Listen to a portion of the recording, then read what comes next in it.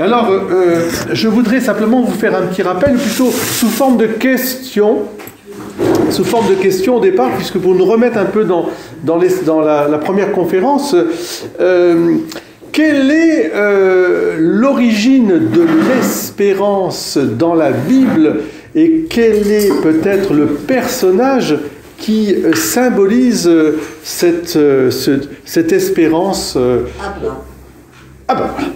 Bravo, Josette. Peu Pourquoi Abraham? Eh bien parce que il a entendu, il a dit, il a douté quand même un peu, je pense. Je sais pas. Il a dit qu'il aurait beaucoup d'enfants, pas qu'il peuplerait toute la terre, mais sa femme n'arrivait pas à avoir un enfant. Alors, mais il y a cru quand même, et ça s'est fait quand même.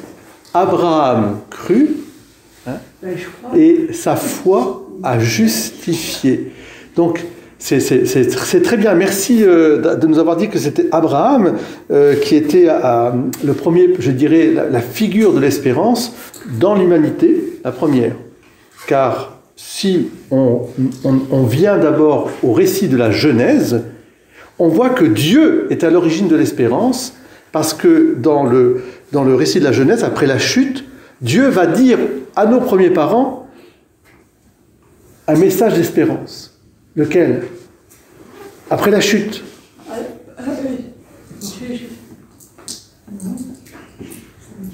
Après la chute, où il n'y a pas l'esprit, non. Bon, il a dit c'est fini, l'histoire est finie, on s'arrête. Bon, Adam et Ève, voilà. Mais non. Vous parlez de quelque chute? Après la chute de nos premiers parents. Alors, qu'est-ce que dit Jacques? Qu'est-ce que dit Dieu à Adam et Ève? Je ne saurais pas, vous le direz. Je ne sais pas. Alors, il est constant en effet, mais je ne sais pas par quelle parole. Eh bien, toi, serpent maudit, tu chercheras. Je mettrai une inimitié entre ta race et sa race, en disant à Ève, hein, entre ta descendance et sa descendance. Tu chercheras à lui mordre le talon, elle t'écrasera la tête. Or, Ève est la figure de ce qu'on appellera plus tard la fille de Sion. C'est la figure de l'humanité, parce qu'elle est à l'origine de l'humanité. C'est elle qui donne la vie, c'est la mère, hein, qui donne la vie. Et on est, rappelez-vous, on sera aussi juif par sa mère. Et on est enfant de l'Église par notre mère, l'Église. Hein, ça, c'est une vision aussi déjà. Donc, il y a déjà un message d'espérance, mais qui est donné par Dieu. Et ce message d'espérance, il va être authentifié, je dirais, par la figure d'Abraham après. Abraham, lui, va être l'homme d'espérance. Bon, il y en a plein d'autres. Hein. Alors ça, c'est ma première question. Déjà, c'est bien. Deuxième question, si vous avez bien suivi ce que nous a dit Sœur Dominique, avec beaucoup d'enthousiasme et de joie, en quoi, vers quoi plutôt Jésus, pourquoi Jésus oriente notre espérance d'une manière définitive? C'est quoi le message d'espérance de Jésus? C'est la vie éternelle. Josette répond toujours très bien. C'est la vie éternelle, c'est-à-dire le message de Jésus, c'est je vous annonce le royaume. Le royaume. Tout le peuple constitué avec Abraham marche vers la terre promise. C'est l'Exode, hein, qui est au cœur même de la Bible. Mais Jésus, lui, il est celui qui fait passer de la vie à l'autre vie. Il est le médiateur unique, il est le sauveur. Et donc, je dirais, son message principal, il va orienter l'espérance non plus sur des réalités, je dirais, simplement spatio-temporelles, même si c'était important, même si ces réalités sont importantes, il ne faut pas les dons de Dieu sont sans repentance, et ce peuple d'élection, et cette terre promise, etc. Mais il va dépasser complètement pour donner, je dirais, la plénitude, la révélation complète sur ce dessein d'espérance en parlant du royaume. Qu'est-ce que c'est que le royaume? Encielé. Ah, c'est très bien. Et d'être encielé, c'est quoi? D'être encielé, c'est le royaume. Qu'est-ce que c'est que le royaume? Il est déjà au milieu de vous, dira Jésus. Oui, mais c'est vrai. C'est très vrai. Le royaume, c'est déjà vivre dans la paix, la joie, etc. Mais il y a quand même... C'est ce... J'ai pas entendu? C'est ce qui nous attend après. Oui, c'est la vie d'après. C'est la vie et c'est donc la béatitude. Ah, enfin. C'est la béatitude. Le fruit de l'espérance, c'est le désir du ciel. Fruit du mystère, le désir du ciel. Pardon ? Non, le désir du ciel, c'est autre chose. La béatitude, on va voir qu'effectivement les béatitudes nous orientent. C'est une charte. Alors, le désir du ciel, dans le prolongement de la terre promise, vous voyez, de l'Exode, etc., hein, c'est le désir du ciel, c'est-à-dire là où nous serons rassemblés dans un seul et même famille, dans la béatitude divine, bien sûr. L'espérance et le désir du ciel, le ciel se confondant évidemment aussi avec la vision béatifique, avec le bonheur éternel, etc. Donc Jésus est celui qui nous, je dirais, introduit dans l'espérance. Avec le entrer dans l'espérance. Vous vous rappelez le livre de Jean-Paul II, entrer dans l'espérance. Il faut entrer dans ce mouvement d'espérance. Alors, pourquoi appelle-t-on l'espérance une vertu théologale? Parce que l'espoir fait vivre. Parce que l'espoir fait vivre. C'est la foi, l'espérance. Ah non, c'est pas la... On ne peut pas avoir d'espérance sans la foi. Alors ça, je suis d'accord. On est bien d'accord. Mais une vertu théologale, qu'est-ce que c'est qu'une vertu théologale par rapport à les vertus qu'on a étudiées, qui sont les vertus dites cardinales? Est-ce que vous pouvez me rappeler les 4 vertus cardinales? Non, ça c'est les vertus théologales. Mais les vertus théologales, Florence, cardinales.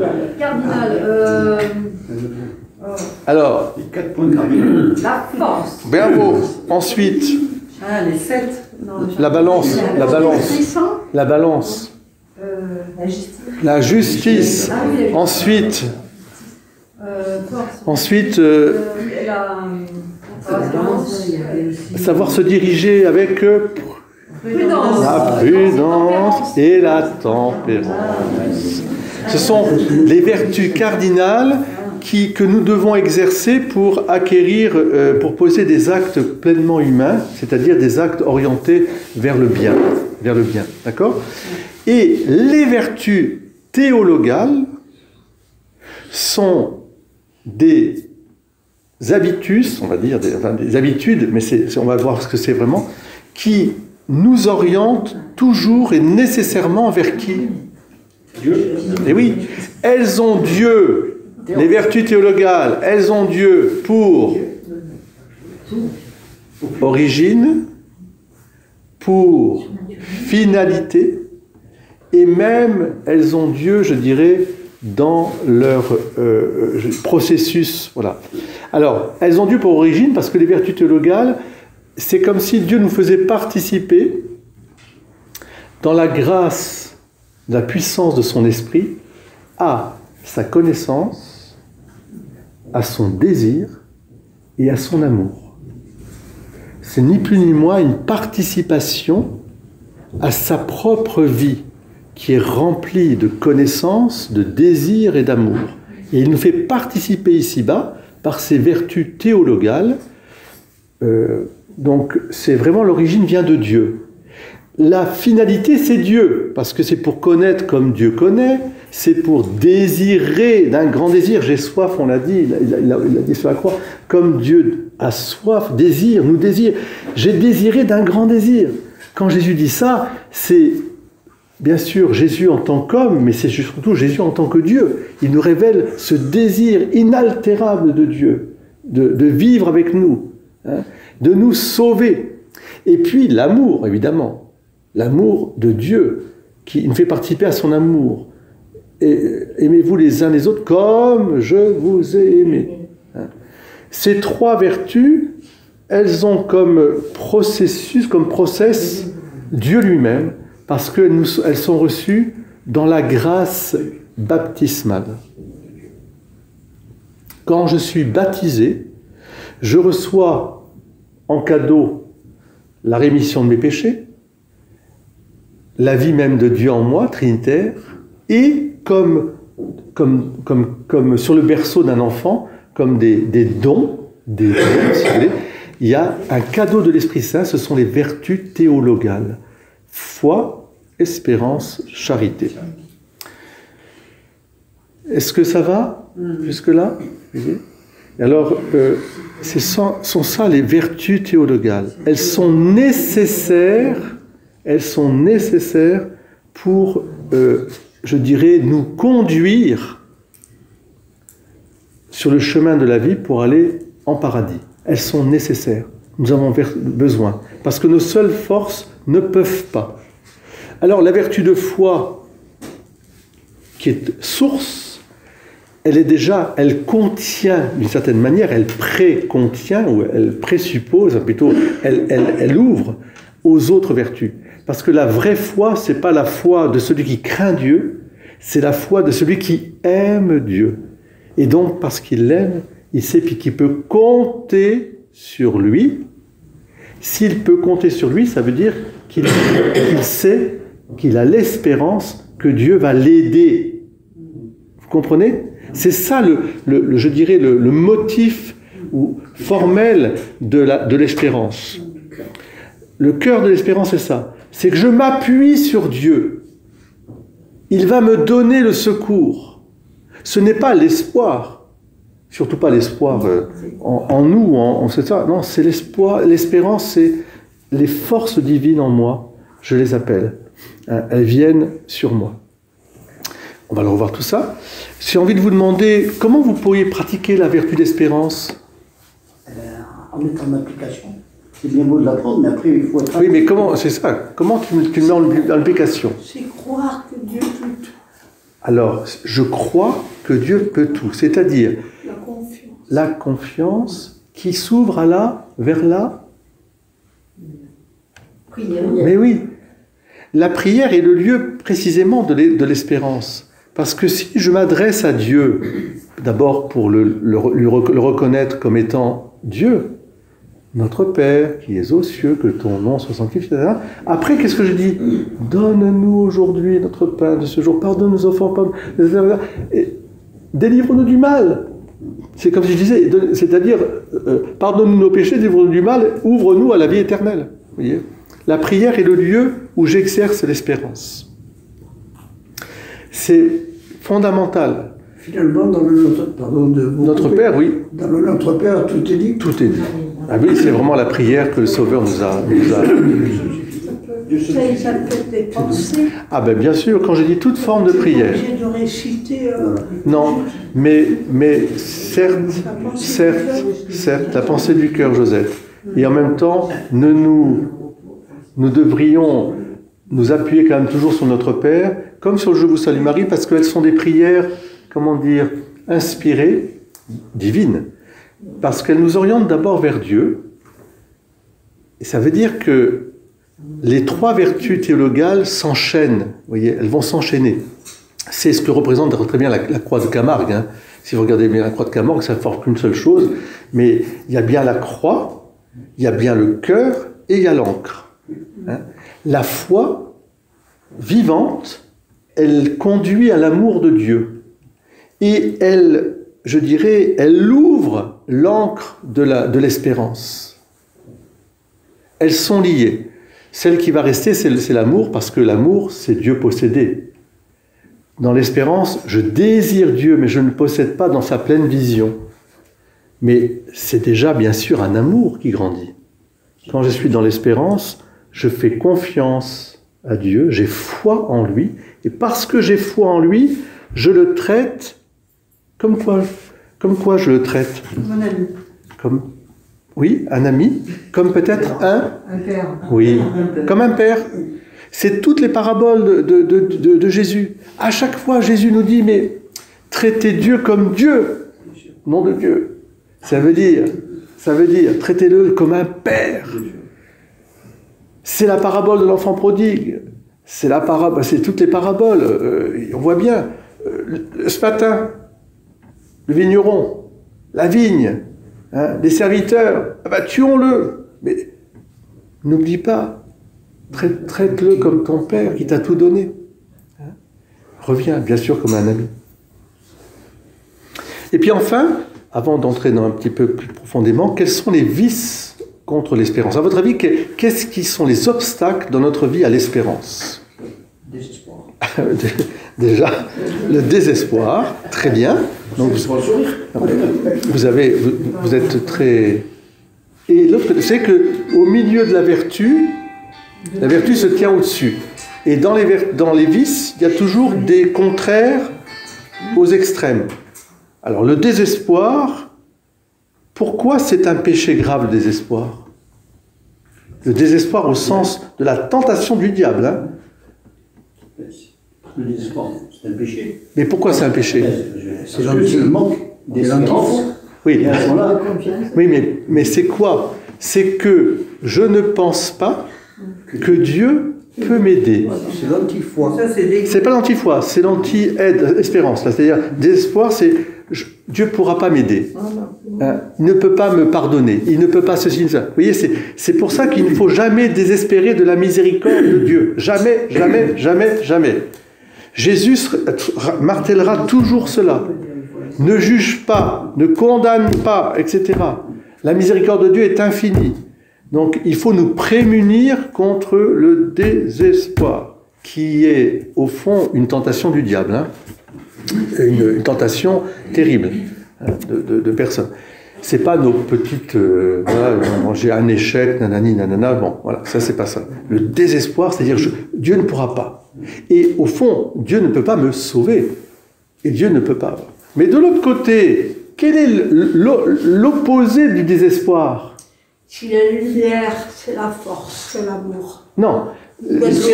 Quel est le vice opposé à l'espérance qui est de l'autre côté? J'ai pas compris. Le vice. C'est-à-dire, là, le désespoir, Dieu ne pourra pas me sauver. Mais de l'autre côté, La confiance. pas la confiance. Mais non. C'est ce qu'on appelle... Non, l'orgueil, tous les péchés sont de l'orgueil. C'est la présomption. La présomption, c'est la tentation que Jésus a eue sur le temple. Le diable dit, si tu es le Fils de Dieu, jette-toi en bas. Parce qu'il a dit que les anges te porteraient. Tu peux tout. Tu n'as pas besoin de Dieu, en fait, pour te sauver. Tu n'as pas besoin de Dieu pour te sauver. Toutes les idéologies qui tournent autour du salut par l'humanité, en fait, par la science, par les idéologies, nanani, nanana, tout ça, c'est de la présomption. Évidemment, c'est de l'orgueil. Hein. C'est pas la mise à Satan, ça, l'épreuve. alors. C'est tenter Dieu. Mais en fait, pourquoi on tente Dieu? C'est parce qu'on se dit, je suis Superman, quoi. Mais c'est des coups. Donc c'est de la présomption. Donc d'un côté, vous avez le désespoir, et de l'autre côté, vous avez la présomption. Les deux sont dans le monde, ils sont toujours là. Hein, mais ce sont des tentations du diable. présomption, donc c'est comme une forme de surévaluation, quoi. Et bien sûr. D'accord. Non, c'est mettre au défi. C'est mettre au défi, c'est se surélever. Le surhomme, c'est pas besoin de toi, en fait, ni Dieu ni maître. Je me sauve par moi-même. C'est la tentation, par exemple, d'une intelligence artificielle qu'on pourrait considérer comme une idolâtrie, comme un dieu, une divinité. On peut imaginer toutes les formes de présomption. Mais au cœur, à la finalité de la présomption, il y a le fait que j'ai pas besoin du salut de Dieu, pas besoin du salut du Christ. Ce matin, j'ai discuté avec un monsieur qui prépare une thèse sur les différentes, à la fois la gnose, l'ésotérisme, la sorcellerie aussi, et il me parlait de la franc-maçonnerie des Rosicruciens, et je lui disais, mais c'est rien de nouveau sous le soleil. La présomption, c'est être entre les deux. Non, je vais y revenir, Josette. je lui disais, non, ce qui est dangereux dans les Rosicruciens et tout ça, c'est la prétention à se sauver par ses propres lumières. Et en découvrant même quelque chose de caché, révélé, de caché aux autres, mais nous savons, c'est la franc-maçonnerie et tout ça. C'est pour ça qu'il faut vraiment Jésus-Christ, la vérité, le chemin et la vie. Ou l'être, le mouvement et la vie, vous voyez ? Donc la présomption, Josette, c'est le péché, un péché qui nous fait, enfin au fond c'est un péché d'orgueil, mais c'est un péché qui nous fait présumer de nos forces. Je peux me sauver par moi-même. Alors c'est ce qu'on appelle aussi dans la tradition chrétienne le pélagianisme, parce que dans Pélage, pensait que l'homme étant équipé de liberté, de volonté et d'intelligence, ça lui suffisait cette liberté pour faire le bien. Il n'avait pas besoin de la grâce de Dieu. Là, il confondait la liberté et la grâce. Nous savons, nous, que notre liberté, elle nous est donnée et que Dieu ne nous sauve pas sans nous, mais avec nous, mais c'est lui qui nous sauve. C'est-à-dire la grâce vient soutenir notre volonté fragile, notre intelligence obscurcie, notre faiblesse. Nous sommes faibles et pauvres. Et c'est pour cela qu'il ne faut pas présumer. Il faut recourir à Dieu dans la prière. On revient aussi à la prière.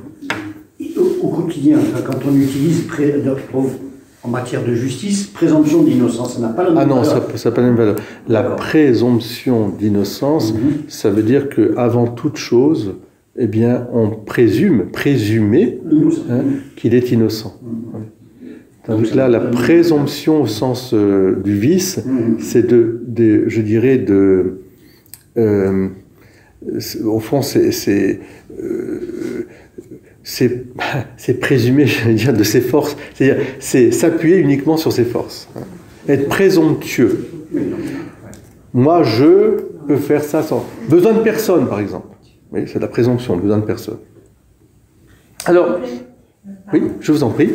Pourrait-on penser qu'un vertueux, forcément, soit proche de Dieu ou pas du tout? Une personne vertueuse. Oui, elle est proche de Dieu, oui. Elle est forcément proche de Dieu en réalité. Oui, parce qu'elle reçoit. Sans pour autant peut-être pratiquer ou.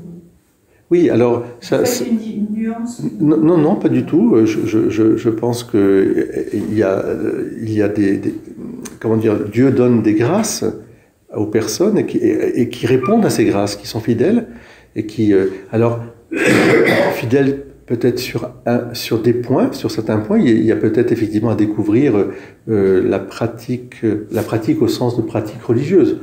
Ça, c'est quelque chose qu'il doit découvrir peut-être par l'aide de chrétiens, justement, qui vont être heureux de montrer que vivre en communauté, c'est quelque chose qui apporte. Qu'on ne peut pas vivre sa foi seul.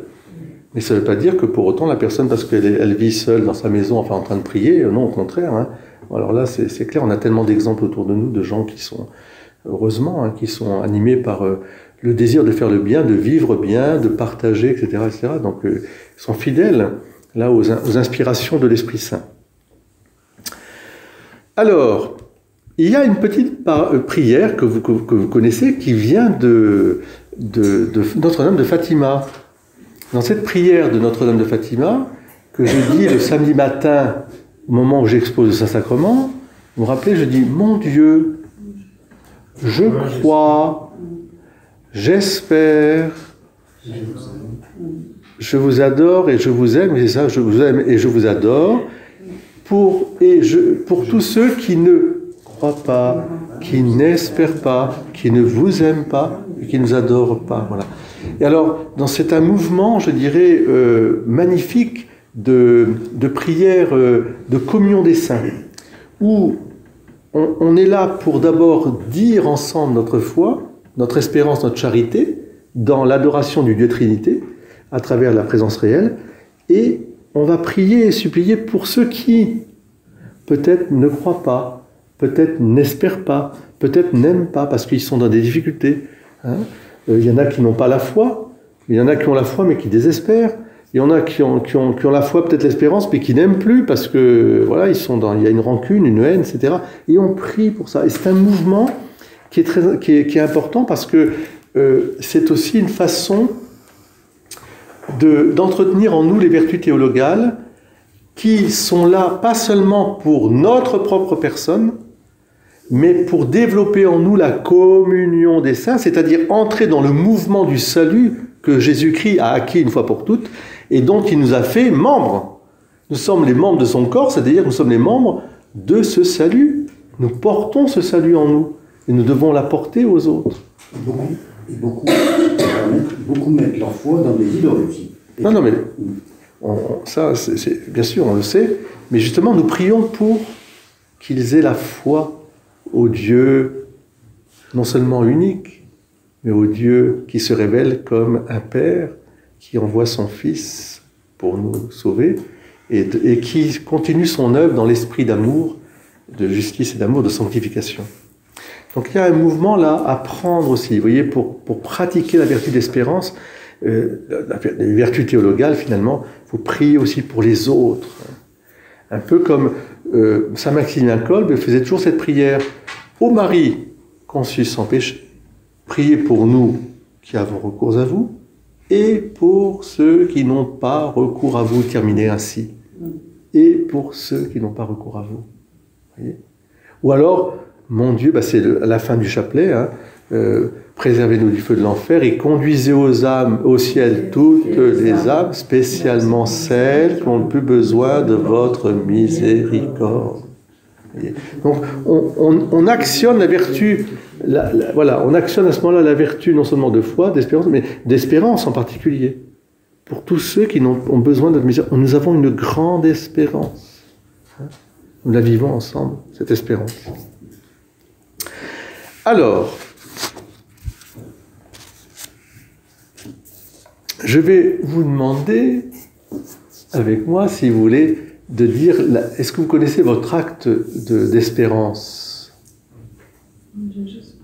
Mon Dieu, j'espère, avec une ferme confiance, que vous me donnerez, par les mérites de Jésus-Christ, votre grâce en ce monde et le bonheur éternel dans l'autre, parce que vous nous l'avez promis et que vous tenez toujours vos promesses. Avant, on va le redire ensemble parce qu'il y a toute la théologie qui est là. Mon Dieu, j'espère avec une ferme confiance. Comment ça s'appelle ça ? L'acte d'espérance. Il y a 3 actes qu'on peut réciter chaque jour. L'acte de foi, l'acte d'espérance, l'acte de charité. Mon Dieu, j'espère avec une ferme confiance que vous me donnerez par les mérites de notre Seigneur Jésus-Christ votre grâce en ce monde et le bonheur éternel dans l'autre, parce que vous nous l'avez promis et que vous tenez toujours vos promesses. On recommence. Mon Dieu, j'espère avec une ferme confiance que vous me donnerez par les mérites de notre Seigneur Jésus-Christ, votre grâce en ce monde et le bonheur éternel dans l'autre, parce que vous nous l'avez promis et que vous tenez toujours vos promesses. Voilà. Alors, vous voyez bien qu'au cœur de la théologie, c'est-à-dire de la théologie, c'est du discours de Dieu sur l'espérance, nous allons avoir déjà le terme de « mon Dieu ». Vous voyez, « mon Dieu ». Qu'il est bon, le bon Dieu. Mon Dieu, de pouvoir l'appeler « mon Dieu ». Papa Dieu. Mon Dieu, mais là, c'est peut-être... oui, c'est Papa Dieu. Vous pouvez dire Papa Dieu, mon Dieu. C'est mon Dieu, comme si je disais après pour Jésus, Rabouni, mon doux Jésus. C'est mon Dieu. Vous voyez ? Jésus, on peut dire mon frère. Oui, bien sûr, on peut dire mon frère. Ou Rabouni, peut-être, comme Marie-Madeleine, c'est mon doux maître. Parce qu'il te sauve, tu vois, il n'est pas qu'un frère, simplement, il est vraiment ton sauveur. Hein. Mais c'est vrai, il est frère. Alors, j'espère, c'est pas l'espoir. Espoir. Non, c'est pas l'espoir, c'est l'espérance. J'espère. Et tout de suite, avec une ferme confiance. Donc, vivre la vertu théologale d'espérance est fondé, bien sûr, c'est fondé sur la présence de Dieu en vous. J'espère, avec une ferme confiance. Qu'est-ce que nous dit ferme confiance? Confiance, confidere. Qu'est-ce qu'il y a comme mot dedans? Avec une ferme foi. Une foi ferme. Indéfectible. Indéfectible. Pourquoi? Parce que j'ai foi en Dieu. Mon Dieu, je crois en vous. Je crois toutes les vérités que vous avez révélées par votre Église parce que vous êtes Dieu, au fond, et vous ne pouvez pas vous tromper, ni nous tromper. Je crois, j'ai confiance, je peux donner toute ma vie à Dieu. Donc une ferme confiance. Et dans j'espère, quand même, on s'adresse au Père, qui est quand même là, le j'espère. Mais bien sûr, j'espère. C'est pas assez joli ça, le j'espère. Tiens, très, très belle. Il y avait Elpis. Ça, tu l'as pas compris celle-là. Et maintenant, il y a espoir, et donc j'espère. J'espère, oui. Ferme confiance. À votre avis, qu'est-ce que c'est que... Comment on exprime effectivement cette ferme confiance? Ça nous ouvre à quoi? La ferme confiance. Oui, la fidélité, mais ça nous ouvre à quoi une ferme confiance? Quand j'ai confiance en quelqu'un.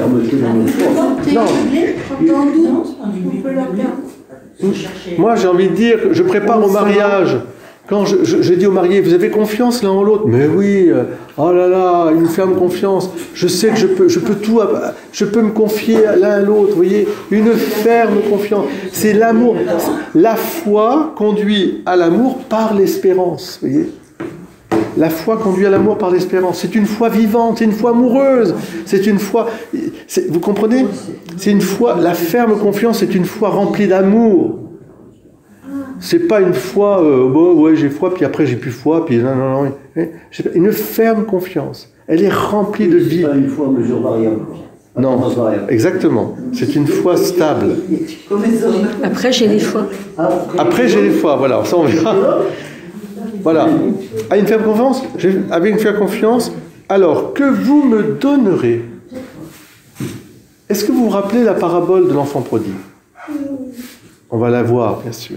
Elle anticipe déjà tout ce que... Enfin, c'est comme une image de tout ce que Dieu a fait pour nous depuis le commencement de l'humanité.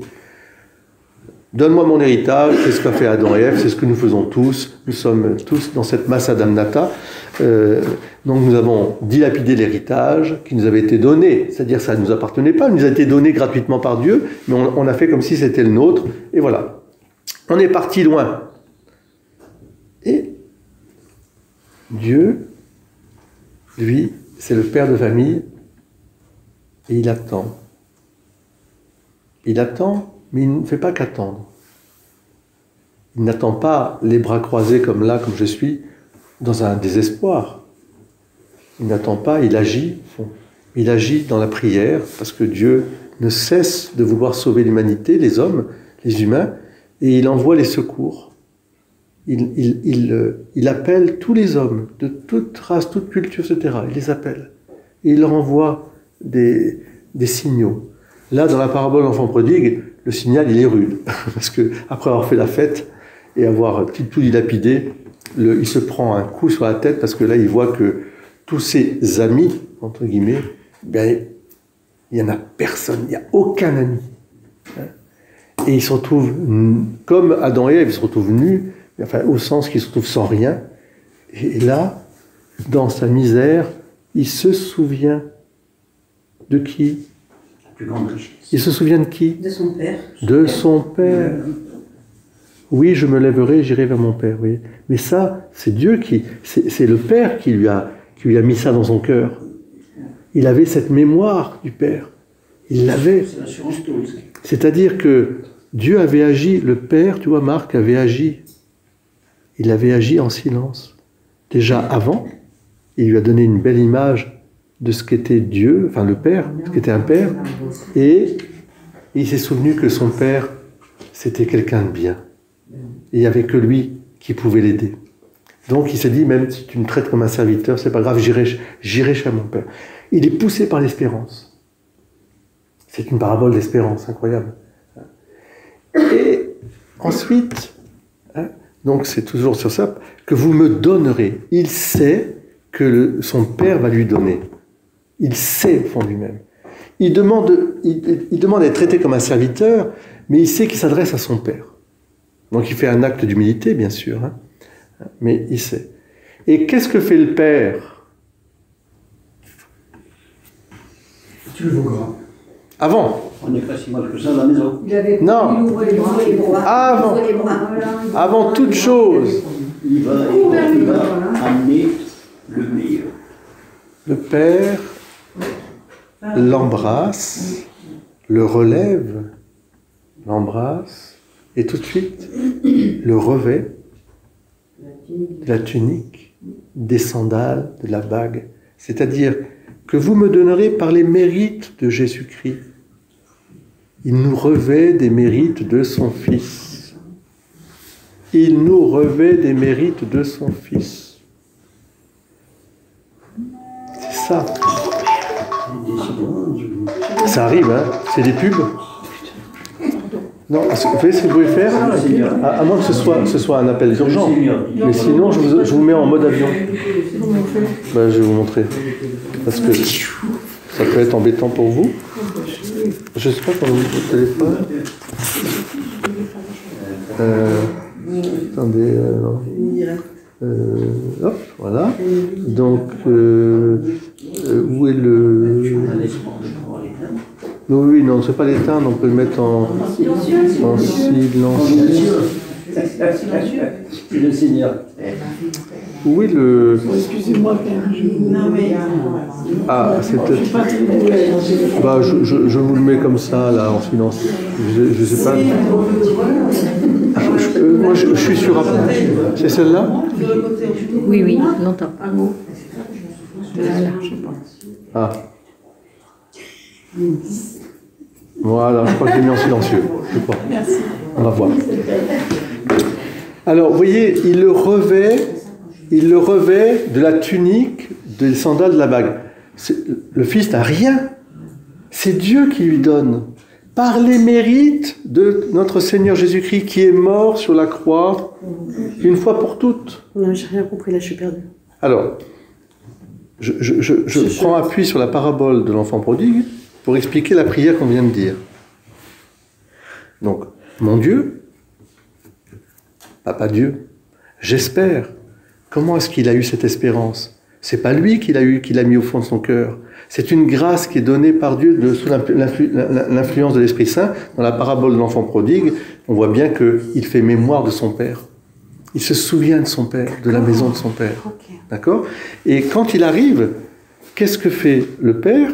Il le relève et il l'habille. Il l'habille de quoi? Des mérites de notre Seigneur Jésus-Christ. Il l'habille, il lui remet la tunique, il lui redonne la vie, voyez, la dignité d'enfant. Tu es mon enfant, parce que lui est arrivé en disant je suis qu'un serviteur. Je ne mérite pas d'être appelé ton fils. Un peu comme quand Jésus apparaît à Thérèse d'Avila et lui dit ma fille, regarde là, Infernus, ta place est là.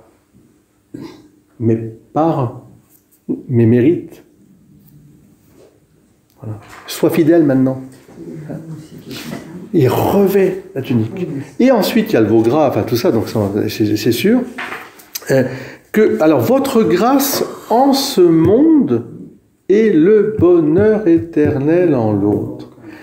Il y a deux mouvements. La grâce, qu'est-ce que c'est que la grâce?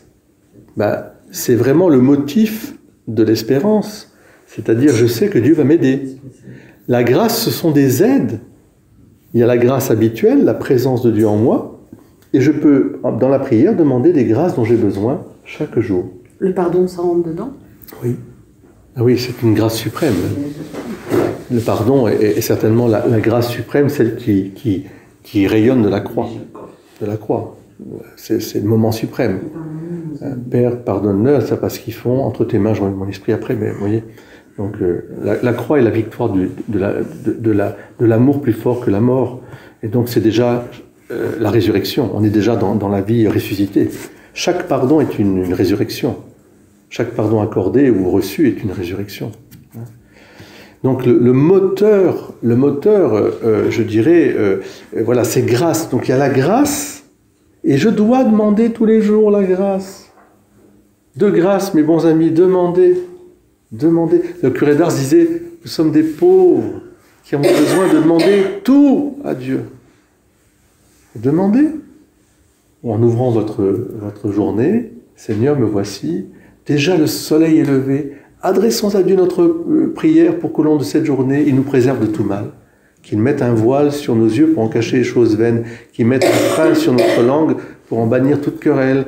Que le fond de nos cœurs soit pur et sans nulle méchanceté. Qu'une sage sobriété dont notre chair orgueilleuse. Que, ainsi, quand le soleil aura laissé la place à la nuit, pure grâce à notre abstinence, nous pourrons chanter ta louange. C'est la prière de prime des moines, mais on voit bien que dans toutes les prières, elles sont à la fois des prières tournées vers l'adoration, mais qui ouvrent tout de suite dans un mouvement d'espérance sur l'aide que Dieu va nous donner. Dieu a ses mains ouvertes, toujours ouvertes, même crucifié. Son cœur est ouvert, tout ça. Allez, demandez, jusqu'à maintenant, demandez en mon nom. Alors, et le bonheur éternel dans l'autre. Donc la grâce m'aide à aller, à cheminer, à être des pèlerins. C'est pour ça qu'être pèlerin de l'espérance, c'est presque antinomique. Enfin, c'est plutôt pas une litote, mais un oxymore. Enfin, non pas un oxymore, mais une litote quelque part. Parce qu'en fait, un pèlerin, il est dans l'espérance. Sinon, il ne pèlerine pas. Mais pèlerin de l'espérance, ça veut dire que aussi, on va vers le royaume. C'est-à-dire, on va vers la vie éternelle. Donc, vous me donnerez votre grâce ici-bas et le bonheur éternel dans l'autre. C'est très important parce que l'espérance nous prémunit d'un danger aussi qui a eu forme, sous la forme d'une théologie négative, destructrice de la liberté, que l'on trouve chez les luthériens, enfin chez les protestants, mais qu'on trouve aussi chez les mahométans, chez les musulmans, qu'on trouve quelque part aussi peut-être, enfin il faudrait voir après dans d'autres, ce qu'on appelle la prédestination. La prédestination, c'est ni plus ni moins l'absence d'espérance. Parce que la prédestination, c'est quoi que tu fasses, de toute façon, tu es prédestiné à. Tu sais pas, mais en enfer ou au ciel. Voilà. Mais c'est pas possible, je veux dire, parce que pour laisser à Dieu d'être le Tout-Puissant, on refuse et à Dieu et à l'homme de pouvoir se conjuguer leur libre arbitre, si je puis dire. Hein? Et non, Dieu ne veut que le bien de nous, mais pas sans nous. Donc il ne force pas. Alors, je demande à Dieu la grâce ici-bas et le bonheur éternel dans l'autre. C'est-à-dire que si je suis vraiment ami chrétien, je dois désirer le ciel de toute mon âme. Non pas simplement désirer de vivre bien ici-bas, de faire ceci. Je ne dis pas qu'on n'a pas le droit de demander la santé, etc. Mais ce n'est pas l'objet final de l'espérance. Même si je dois prier pour que ici-bas je puisse m'orienter paisiblement le mieux possible. Mais comme je sais de source sûre que je suis mortel, vous comprenez bien que ce qui est en jeu ici, c'est qu'est-ce qu'il y a après ?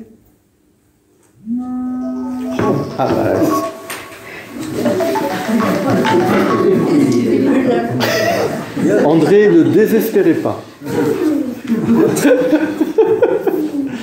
Alors, voilà. Donc, effectivement, c'est la béatitude. On remarque chez nos frères aînés juifs la peur de l'au-delà.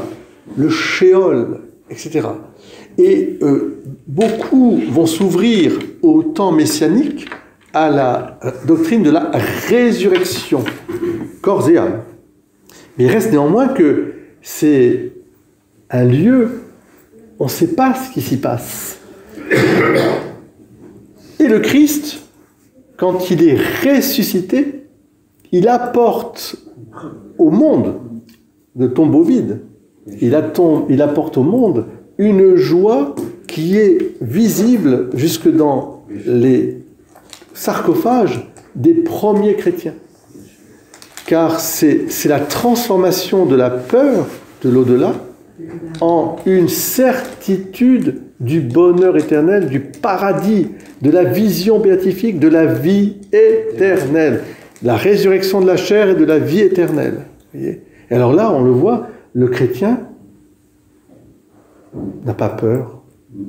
Je ne dis pas qu'il n'est pas sans peur, mais avec crainte et tremblement, mais il n'a pas peur, parce qu'il sait où il va. Il sait où il va. J'ai une question, alors je suis désolée. Un pécheur chrétien qui a péché, Comme tous. comme tous, en tout cas, On commence à être un bon chrétien quand on est un bon pécheur. Parce que ça veut dire qu'on a besoin d'être sauvé. n'a-t-il quand même pas la crainte de l'enfer? Ben bien sûr, je l'espère bien. La crainte est le commencement de la sagesse. Et ne méprise pas ces avertissements du Seigneur. Ne t'endurcis pas dans ton péché. Dieu te propose toujours la miséricorde, mais peut-être que si tu la refuses au fur et à mesure, tu ne sais pas si tu pourras la tenir. Bien sûr, avec crainte. Donc la crainte de l'enfer, elle est, je dirais, elle n'est pas ce qui nous permet d'aller vers le ciel, mais elle est un garde-fou, un peu comme dans l'éducation qu'on donne à un enfant. Tu ne feras pas ça. Et attention, parce que là, la sanction tombe. Bang! Bon, eh bien, peut-être que la crainte d'être puni va prémunir l'enfant de faire une bêtise, mais évidemment, c'est pas ça qui est le motif d'aller vers son père et sa mère. Il doit aimer son père et sa mère. Donc la crainte est le commencement de la sagesse, mais ce n'est pas la sagesse, c'est sûr. Et puis nous, c'est la crainte filiale qui va peut-être l'emporter. La crainte du châtiment va laisser la place à la crainte d'amour, c'est-à-dire ce qu'on appelle la piété, au sens de je ne voudrais pas t'offenser, mon Dieu, pardon. Hein, je ne veux pas t'offenser.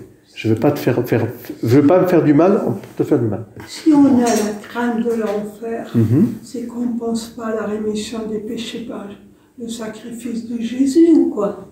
Oui. C'est une question, vous voyez qu'on oscille entre le désespoir et la présomption. Le désespoir et la présomption. D'accord? Le désespoir, effectivement, je pense que je n'ai plus confiance en Dieu qui ne peut pas me sauver. Hein, il ne peut pas me sauver, c'est trop, il ne pourra pas me sauver. Mais la présomption est subtile, parce que sous couvert que Dieu pardonne tout, je peux avoir une attitude présomptueuse en pensant que pêche et croit encore plus. Vous savez que pêche et croit encore plus, c'était un axiome à une phrase de Luther qui peut rejoindre un tout petit peu la confiance. C'est pour ça que je ne juge pas Luther, hein, mais la phrase elle-même, elle est très ambiguë. Parce que pêche et croit encore plus, ça veut dire comme Dieu n'est que miséricorde, fais ce que tu veux, quoi. Hein. Donc là, il faut faire très attention. Je peux le prendre comme, même si tu as beaucoup péché, crois encore plus à la miséricorde de Dieu. Ça, oui. Et un peu, ça rejoint, alors à ce moment-là, plutôt l'expérience de Sainte Thérèse d'Enfant Jésus, qui dira, si j'avais commis tous les péchés du monde, mon premier mouvement serait de me jeter dans les bras de mon Père. Comme l'enfant prodigue. Vous voyez ? Et de mes péchés, je ne vois plus rien, mais vous voyez, c'est pas parce que, vous voyez, le mouvement est un peu différent là. Je reconnais, et je demande pardon, et ne pêche plus. Je me jette dans les bras de mon Père. Donc ça, c'est contre le désespoir. Jette-toi dans les bras de ton Père. mais la présomption, c'est je peux faire ce que je veux, de toute façon, il sera. Voilà. On ira tous au paradis. Voilà. Donc ça, attention à la présomption. Ça ne veut pas dire que la miséricorde est infinie. Je peux dire quelque chose? Oui. Je me pose la question depuis tout à l'heure, mais sur moi-même, je me dis, mais est-ce que tous les jours tu te lèves en pensant, qu'est-ce que tu vas faire pour aller au paradis? Mais pas du tout, jamais. Alors, je veux dire par là que je ne peux pas vivre en me disant, je vais faire ça parce que je veux aller au paradis. oui, oui. D'accord? Oui. Ça me dérange. Oui, oui. Je ne fais pas par intérêt. Ah non, alors je vais aller au paradis, de toute façon c'est une réalité. C'est-à-dire qu'un jour on passe... Je ne pose pas la question. Personnellement, je ne la pose pas. Oui, ce que vous voulez dire c'est je n'agis pas bien pour la récompense du paradis. Oui. Pas du tout. Non, pas du tout. Alors, le motif d'agir bien, c'est quoi? Parce que moi, je crois que déjà, l'autre, c'est toujours, puisque Jésus a dit, quand vous faites c'est l'autre qui compte, rien d'autre. Parce que Jésus, Dieu, on ne le voit pas. Oui, c'est la parabole, vous savez, de Matthieu 25. Oui. Venez les bénis de mon Père. Parce que ce que vous avez fait au plus petit d'entre les miens, c'est à moi que vous l'avez fait. Mais qu'est-ce que dit Jésus dans la parabole? Ce qui est important, puisqu'on est des êtres humains, oui. C'est que c'est l'autre. Oui, mais nous avons la chance de savoir que au bout de notre vie, il y a le ciel, oui, il y a le paradis. Venez les bénis de mon Père, entre dans la joie, dans le royaume. Venez. Mais comment? Mais est-ce qu'on le fait pour ça? Non, c'est-à-dire que ce que Dieu veut nous dire, c'est que si tu dis que tu aimes Dieu et que tu vas aller au paradis, et si tu méprises ton prochain, voilà. Donc ça, tu peux pas.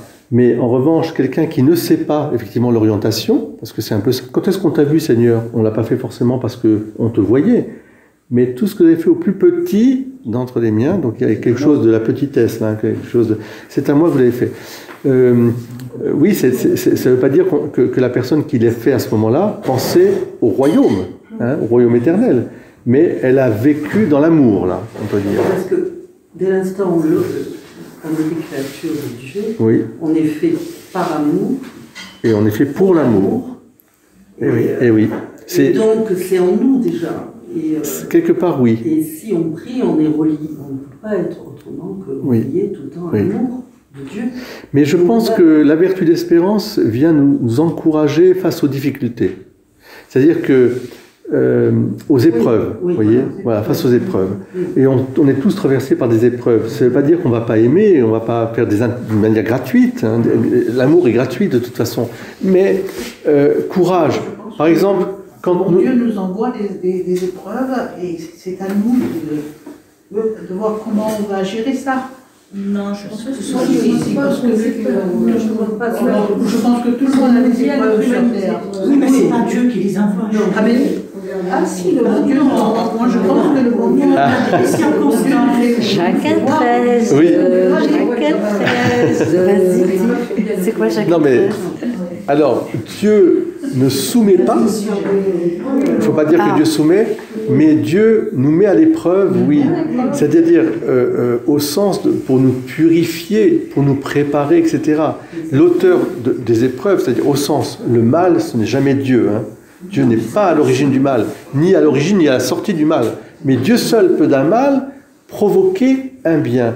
N'oubliez pas que Satan n'a aucun pouvoir sur nous, sauf permission de Dieu.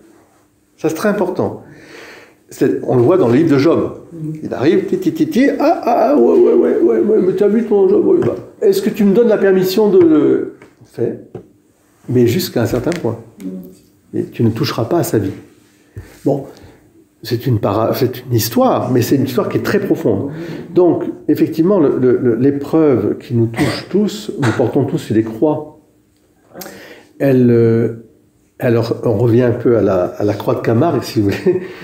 Au milieu de la croix, il y a le cœur, il faut garder l'amour, bien sûr, et c'est le Christ, mais il y a cette encre que j'inverserai volontiers, parce que l'encre, finalement, elle est là-haut, c'est l'encre de l'espérance.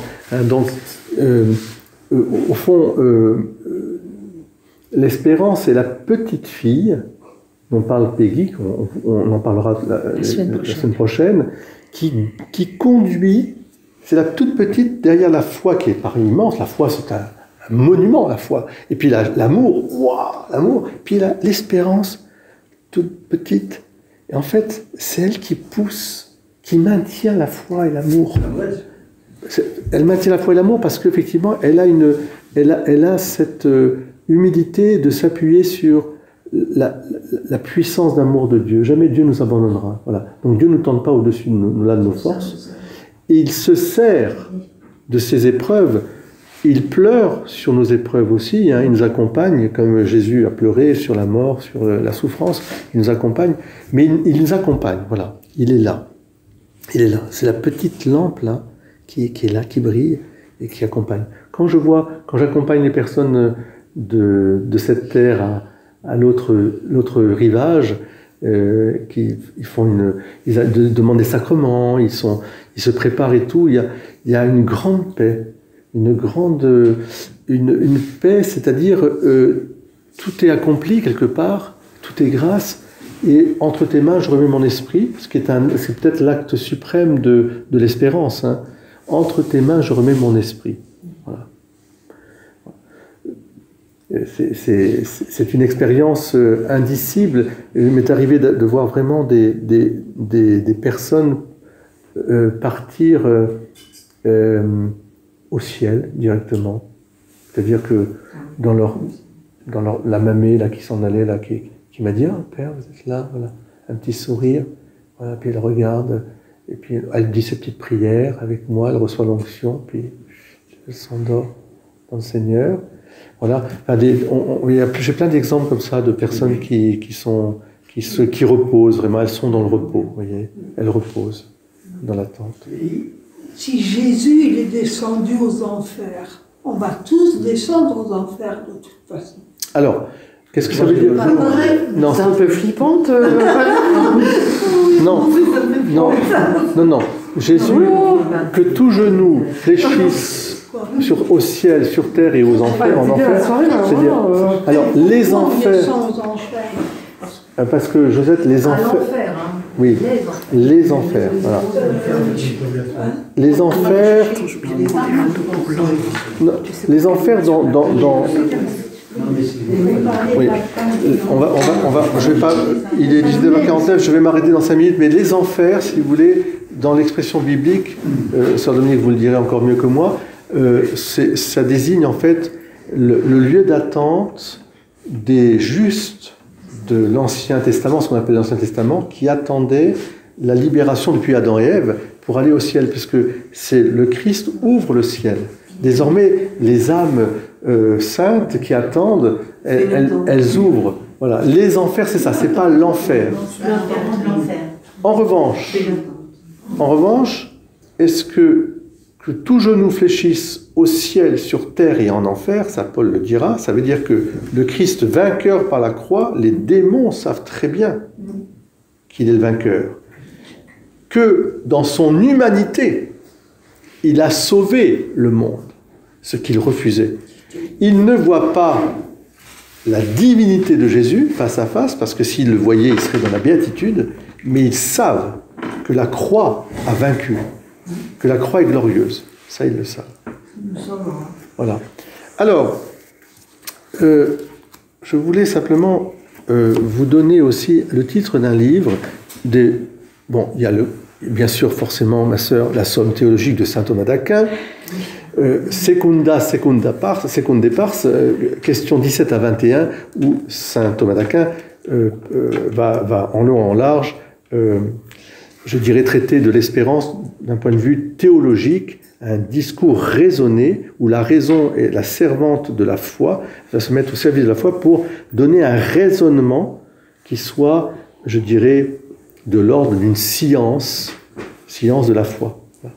Mais il y a le catéchisme de l'Église catholique qui est très bon, de numéro 1817 et suivant, je vous lis tout simplement sa définition. L'espérance est la vertu théologale par laquelle nous désirons, donc nous ne possédons pas, nous désirons, mais c'est l'amour qui pousse, Le royaume des cieux et la vie éternelle comme notre bonheur, en mettant notre confiance dans les promesses du Christ, on rejoint l'acte de l'espérance, et en nous appuyant non sur nos propres forces, mais sur le secours de la grâce de l'Esprit Saint. Désespoir, présomption. Vous voyez ? Et puis, il y a un dominicain, honneur et gloire, il s'appelle le Père Emmanuel Durand, OP, O.P, On papote. On papote, ça veut dire Ordre des prêcheurs. C'est aux éditions du Cerf 2024. Ça s'appelle Théologie de l'espérance. Il reconsidère sous l'angle spécifique de l'espérance les mystères centraux de la foi chrétienne, Dieu, la création, le Christ, l'Esprit Saint, la charité, etc. L'espérance en Dieu est vitale dans les situations fermées où le salut n'est plus représentable. Dans un monde angoissé, enfermé, etc., ouais, il faut reparler de l'espérance. Mais de la vertu d'espérance, pas désespoir, pas espoir. Voilà. C'est un cadeau. C'est un cadeau de Dieu pour désirer le bonheur éternel. C'est ça qu'il faut le voir. Donc, et c'est l'Esprit Saint qui agit en nous. Donc il faut le voir ainsi. Alors je voulais aussi vous dire une chose, je terminerai là-dessus.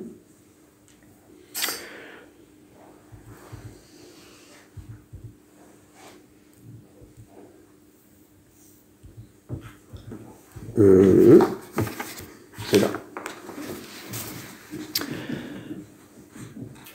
Sur le chemin que tous nous avons emprunté vers la plénitude de la vie, qui fait partie du destin de chaque personne, le destin de chaque personne est la plénitude, être plein de vie. Le chrétien bénéficie d'une assistance spéciale de la part de l'Esprit Saint, c'est l'Esprit de Jésus-Christ. Elle se concrétise par les dons donc des 3 vertus théologales. Ces attitudes fondamentales qui caractérisent la vie du chrétien sont les 3 vertus que nous dirons maintenant ensemble, la foi, l'espérance et la charité. Disons-le ensemble, la foi, l'espérance, voilà.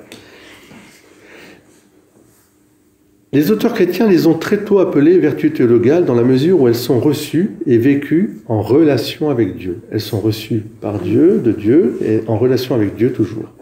Pour les différencier des 4 autres dites cardinales, car elles constituent le pivot d'une vie bonne. On avait besoin des vertus cardinales.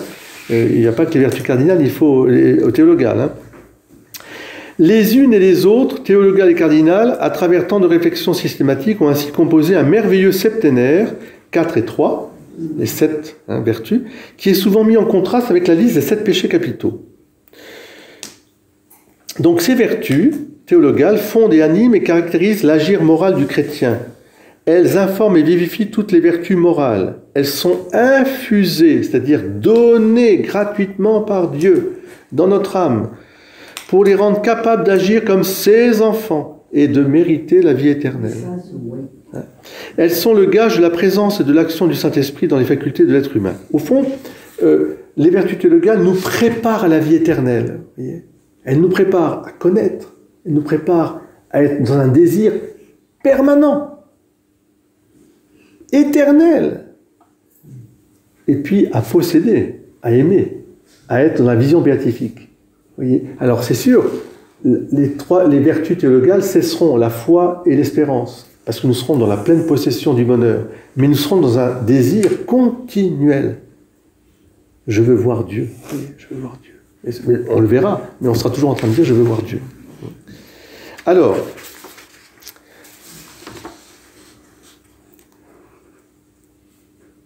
non, c'est pas ça que je voulais vous montrer, pardon, c'était bien l'histoire de l'espoir d'un chien qui entend sa laisse. J'ai trouvé ça pas mal, c'est un document que j'ai trouvé sur Internet, les vertus théologales, l'espérance, la charité et la foi, et c'est pas mal fait. Je vous donnerai les références, je les mettrai. Voilà. Alors, aujourd'hui, il faut nous méfier aussi, c'est Benoît XVI, il a écrit un texte tout à fait remarquable, pour nous méfier des fausses espérances. Donc l'espérance, dit-il, naît de la rencontre avec Dieu, et l'espérance change notre vie. Je sais en qui j'ai mis ma confiance, il ne me décevra pas. J'ai cette espérance. Et ensuite, qu'est-ce que la vie éternelle? Donc, nous avons à témoigner aussi. Aujourd'hui, il nous faut rappeler la vie éternelle. Ça dit un peu quelque chose aussi pour nous tous. Parce que si un jour j'ai quelqu'un qui vient me dire « Mais moi je veux être chrétien, mais c'est quoi ton christianisme? Tu nous promets quoi ?» Ah, ben je te promets, on va être tous gentils, on va être frères, ici-bas, nanani, nanana. Oui, mais qu'est-ce qui se passe après? Alors, parce que moi j'ai une angoisse, je sais que je vais mourir. Bon, la science me dit que, etc. Mais pourquoi ce serait désirable la vie éternelle? On va s'ennuyer, hein. Et il y avait un humoriste qui avait dit « Ah ben la vie éternelle, c'est long. Hein. » Donc, ça va être long. C'est Jean-Yann, je crois, qui avait dit un truc comme ça, ou Coluche, je ne sais plus, il avait dit ça. Mais la vie éternelle, mais si on ne sait pas dire ce que c'est que la vie éternelle, il faut pouvoir rendre compte de la vie éternelle. L'éternité n'est pas une succession continue de jours du calendrier. Je trouve ça très bien. Bannissons tout ça. On a l'impression, c'est long, mais non. Mais quelque chose comme le moment rempli de satisfaction, le moment pérenne, un présent éternel, un cadeau éternel, un amour de toujours à toujours, voyez, dans lequel la totalité nous embrasse et dans lequel nous embrassons la totalité. Je le verrai comme il me verra. Je verrai Dieu et Dieu me verra. Et je verrai tout en Dieu.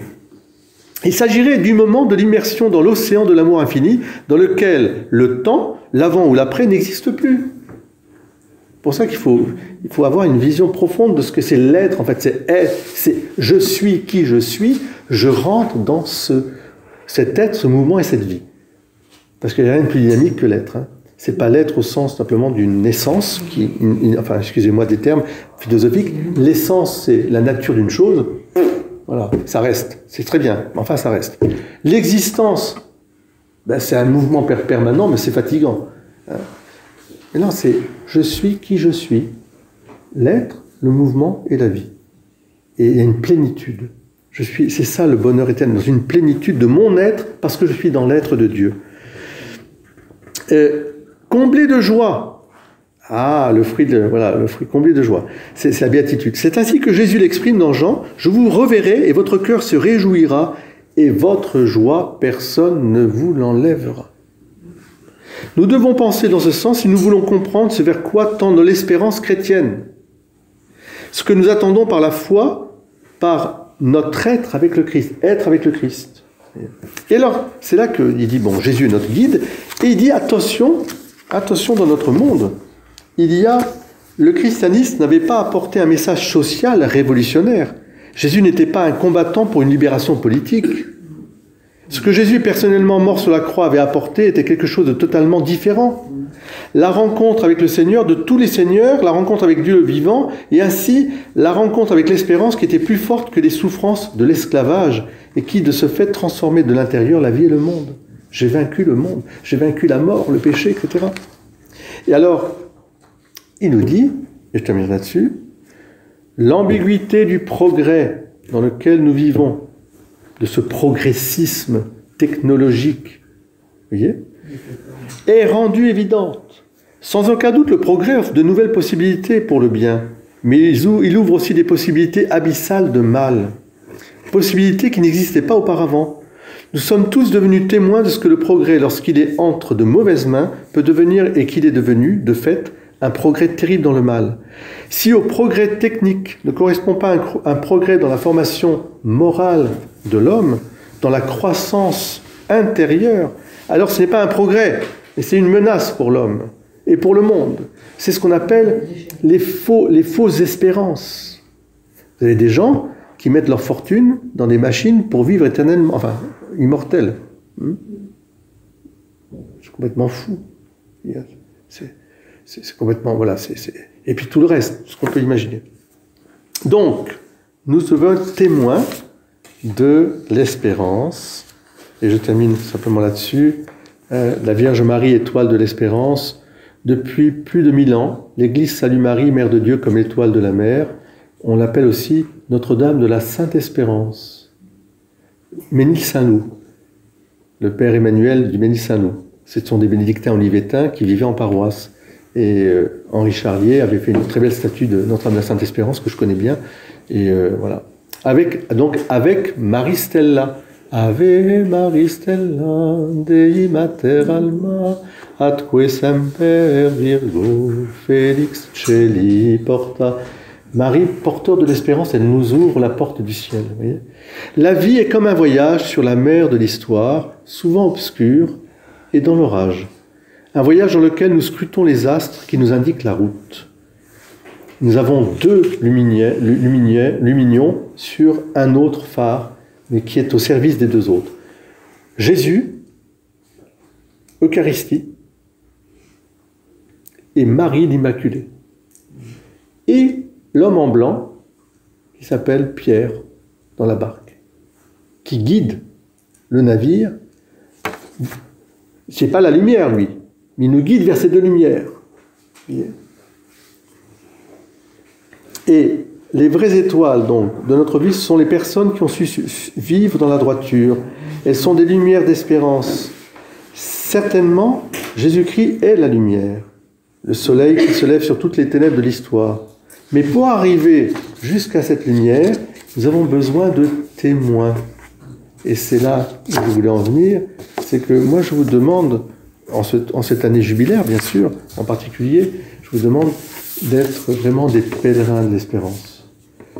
Au quotidien, dans votre façon de prier, une prière confiante, simple et prégnante, hein, suppliante, et puis aussi dans votre façon d'accueillir les difficultés, non pas les vôtres, seulement les vôtres, mais celles des autres surtout, en leur redonnant cette confiance. Allez, lève-toi, allez, viens, on va marcher un peu ensemble, viens, on va s'encourager. Hein. Ne désespère pas, ne te décourage pas. Hein. On va prier ensemble. Est-ce que tu as pensé à prier? Ah bon, prier? Ah bon? Ben oui, tiens, on va prier, on va demander. Hein. Combien de fois vous avez été témoin de prières exaucées? Là où tout était perdu, semblait perdu. Hein. Et vous avez été des petites béquilles pour porter l'autre vers l'espérance. Hein. Ah, c'est sa petite fille Espérance, hein, pour qu'on garde la foi et la charité. C'est alors plus grande détresse que n'est le plus grand espoir. Oui, et je pense que nous avons à être des témoins, vraiment des chrétiens engagés dans la cité d'aujourd'hui, à être vraiment témoins de l'espérance. L'espérance est certainement la vertu qui est la plus, qui manque le plus dans notre société postmoderne. Hein? Alors il faut redire, mais pour cela il faut voir aussi là où on va. Hein? Il faut orienter les gens vers ça. Voilà. Alors merci à vous d'être des témoins de l'espérance. Et puis la semaine prochaine, nous verrons comment les romans, la littérature, la poésie, comment des hommes et des femmes ont écrit des choses tout à fait extraordinaires pour mettre en lumière l'espérance. On fera ça en 2 séances et on terminera ensuite par nos amis les saints de l'espérance. Voilà. C'est-à-dire sans espérance, ça n'aurait aucun sens. Absolument. C'est un moteur. Oui, au fond, quand on dit l'espérance, c'est le désir. Tu ne peux pas vivre sans désir. Ce n'est pas possible. Sans désir, tu n'as pas de vie. Tu éteins la vie. Et quand je dis la vie, c'est dans ce mouvement.